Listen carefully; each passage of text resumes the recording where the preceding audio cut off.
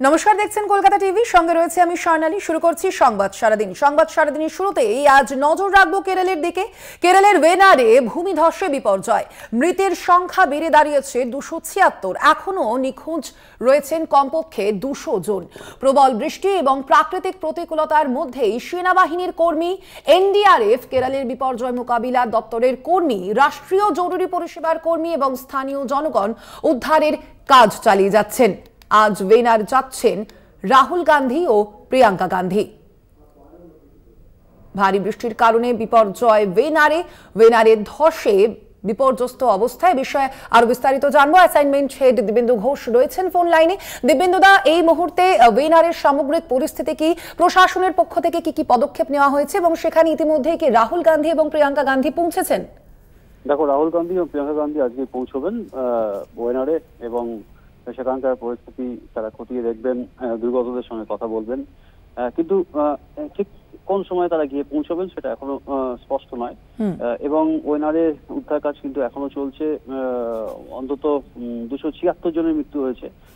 মৃতের সংখ্যা আরো বাড়তে পারে, কারণ যে 200 জনের বেশি এখনো মানুষ নিখোঁজ রয়েছে, তাদের কিন্তু জীবিত অবস্থায় উদ্ধার করা কিন্তু সম্ভব নয় বলেই মনে হচ্ছে। উদ্ধারকারী যারা জানাচ্ছেন যে যারা এখনো পর্যন্ত আটকে রয়েছেন তারা কেউ কিন্তু বেঁচে নেই।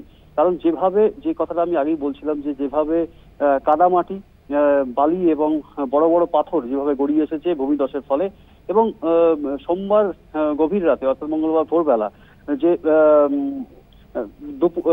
রাত 2টো থেকে ভোর 5টা পর্যন্ত অন্তত 4বার ভূমিধস হয়। এবং সেই ভূমিধসের ফলে 4টি গ্রাম, যেটা আমি আগেই বলেছি যে 4টি গ্রাম নিশ্চিহ্ন হয়ে যায়। ওয়েনারের যে পার্বত্য এলাকা, সেই পার্বত্য এলাকা কিন্তু ধুয়ে মুছে কার্যত সাফ হয়ে গেছে।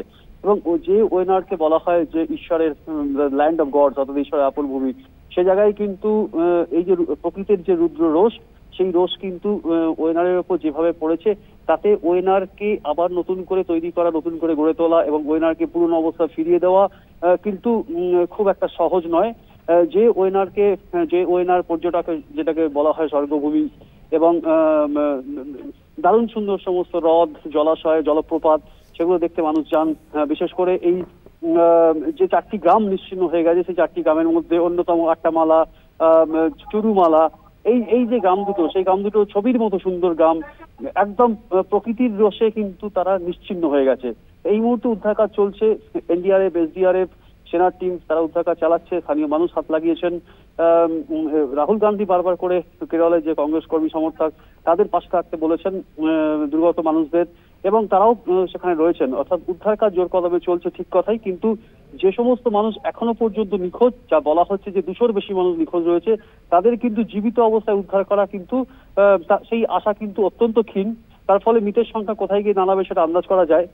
এই পরিস্থিতিতে রাহুল গান্ধী, প্রিয়াঙ্কা গান্ধী তারা ওয়েনার পৌঁছচ্ছেন। পিনারাই বিজয়ন দফায় দফায় বৈঠক করছেন এবং কিভাবে পরিস্থিতি মোকাবিলা করা যায় সেই সমস্ত জরুরি নির্দেশ দিচ্ছেন। জেলা প্রশাসনের সঙ্গে বৈঠক করছেন, তার নিজের মন্ত্রীদের সঙ্গে বৈঠক করছেন, আমলাদের সঙ্গে বৈঠক করছেন, জরুরি পরামর্শ দিচ্ছেন। কেন্দ্রীয় সরকারও তাদের পাশে আছে, কেরলের পাশে আছে। প্রধানমন্ত্রী নরেন্দ্র মোদীও আবার তিনি খোঁজ নিয়েছেন কেরলের পরিস্থিতি নিয়ে। সবকিছু মিলিয়ে কেরলের যে বিপর্যয়, সেই বিপর্যয় কাটিয়ে ওঠা কিন্তু রীতিমতো চ্যালেঞ্জিং, এবং উদ্ধার কাজ চলছে। মৃতের সংখ্যা কিন্তু আরো বাড়তে পারে। একবারই অবশ্যই পরিস্থিতির দিকে আমাদের নজর থাকবে। আপাতত ধন্যবাদ তোমায়। আমরা কথা বলছিলাম, ফোন লাইনে ছিলেন আমাদের অ্যাসাইনমেন্ট হেড দিব্যেন্দু ঘোষ।